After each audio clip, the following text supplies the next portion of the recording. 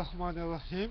আমাদের 20 দলীয় এবং বৃহৎ নেতৃবৃন্দ, আপনাদের সবাইকে আমার দেশ নেত্রী বেগম খালেদা জিয়া অনেক ভালোবাসে, অনেক পছন্দ করে। তাই তিনি থেকে বৃহৎ নেতৃবৃন্দ যে যার যে ক্ষতিগ্রস্ত হয়েছেন সব হিসাব পর্যন্ত তিনি রেখেছেন। তিনি নিজকে মরণের মুখে ঠেলে দিয়ে দেশ এবং জাতিকে উদ্ধার করার জন্য চেষ্টা করেছেন। এখন আপনারা আপনাদের অবস্থান থেকে আগামী দিনে যে ডাক আসবে ওই ডাক অনুসারে দেশের গণতন্ত্রকে উদ্ধার করার জন্য যার যার অবস্থান থেকে এই সন্ত্রাসের বিরুদ্ধে কঠোর অবস্থান নেওয়ার জন্য আমি আহ্বান জানাচ্ছি। আপনারা প্রস্তুত থাকেন, অতি শীঘ্রই আমাদের ডাক এসে যাবে।